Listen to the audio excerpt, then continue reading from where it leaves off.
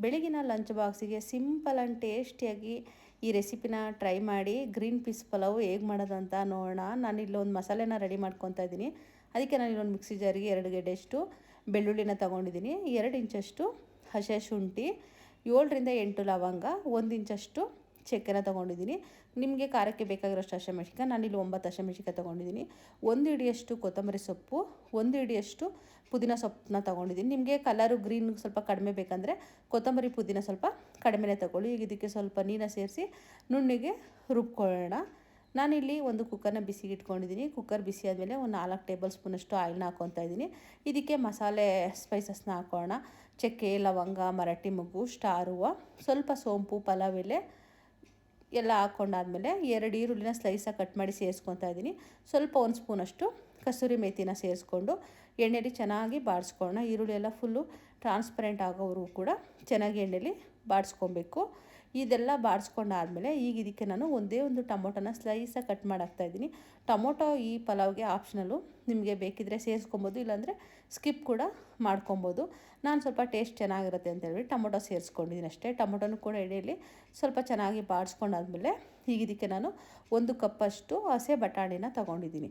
ಹಸೆ ಬಟಾಣಿ ಅಲ್ಲ ಅಂದ್ರೂ ಕೂಡ ನೀವು ಒಣ ಬಟಾಣಿ ಕೂಡ ತೊಗೊಬೋದು. ತುಂಬಾ ರುಚಿಯಾಗಿರುತ್ತೆ ಒಣ ಬಟಾಣಿ ಸೇರಿಸಿ ಮಾಡೋದ್ರಿಂದನೂ. ನಾನೀಗ ಇದಕ್ಕೆ ರುಚಿಗೆ ಎಷ್ಟು ಬೇಕಷ್ಟು ಉಪ್ಪನ್ನ ಸೇರಿಸ್ಕೊಂಡು ಸ್ವಲ್ಪ ಎಣ್ಣೆಯಲ್ಲಿ ಚೆನ್ನಾಗಿ ಬಟಾಣಿನ ಬಾಡಿಸ್ಕೊತಾ ಇದ್ದೀನಿ. ಹಸಿ ಬಟಾಣಿ ಆಗಿರೋದ್ರಿಂದ ಕಾಳಿನ ಸ್ಮೆಲ್ ಕೂಡ ಎಲ್ಲ ಹೋಗ್ಬೇಕಂದ್ಬಿಟ್ಟು ಎಣ್ಣೆಲಿ ಚೆನ್ನಾಗಿ ಬಾಡಿಸ್ಕೊಂಡಾದ್ಮೇಲೆ ಮನೆಯಲ್ಲೇ ಮಾಡಿಟ್ಕೊಂಡಿರೋ ಅಂಥ ಗರಂ ಮಸಾಲಾನ ಒಂದು 1/4 ಸ್ಪೂನಷ್ಟು ಸೇರಿಸ್ಕೊತಾ ಇದ್ದೀನಿ.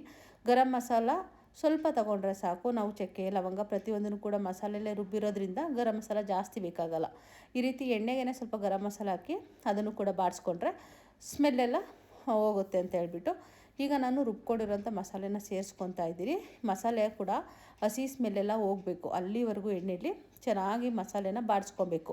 ಮಸಾಲೆ ಎಲ್ಲ ಕುದ್ದಿ ಎಣ್ಣೆ ಎಲ್ಲ ಬಿಟ್ಕೊಳ್ಳುತ್ತಲ್ಲ, ಅಲ್ಲಿವರೆಗೂ ಮಸಾಲೆನ ಚೆನ್ನಾಗಿ ಹುರ್ಕೊಬೇಕು. ಇಲ್ಲಾಂದರೆ ಕೊತ್ತಂಬರಿ ಸೊಪ್ಪು, ಪುದೀನ ಸೊಪ್ಪಿನ ಫ್ಲೇವರೇ ಪಲಾವಲ್ಲಿ ಜಾಸ್ತಿ ಇರುತ್ತೆ. ಈಗ ನೋಡಿ, ಇದೆಲ್ಲ ಚೆನ್ನಾಗಿ ಎಣ್ಣೆಲಿ ಬಾಡಿಸ್ಕೊಂಡಾದ್ಮೇಲೆ ಎಣ್ಣೆ ಎಲ್ಲ ಬಿಟ್ಟು ಬರ್ತಾಯಿದೆ. ಈಗ ಇದಕ್ಕೆ ನಾನು ಒಂದು 2 ಕಪ್ಪಷ್ಟು ಅಕ್ಕಿನ ಒಂದು 2 ರಿಂದ 3 ಸಲ ವಾಶ್ ಮಾಡಿ ಸೇರಿಸ್ತಾ ಇದ್ದೀನಿ. ನಾವು ಅಕ್ಕಿನ ಸೇರಿಸ್ಕೊಂಡ ತಕ್ಷಣ ಗ್ಯಾಸ್ ಫ್ಲೇಮ್ನ ಸ್ಲೋ ಮಾಡ್ಕೊಳ್ಳೋಣ.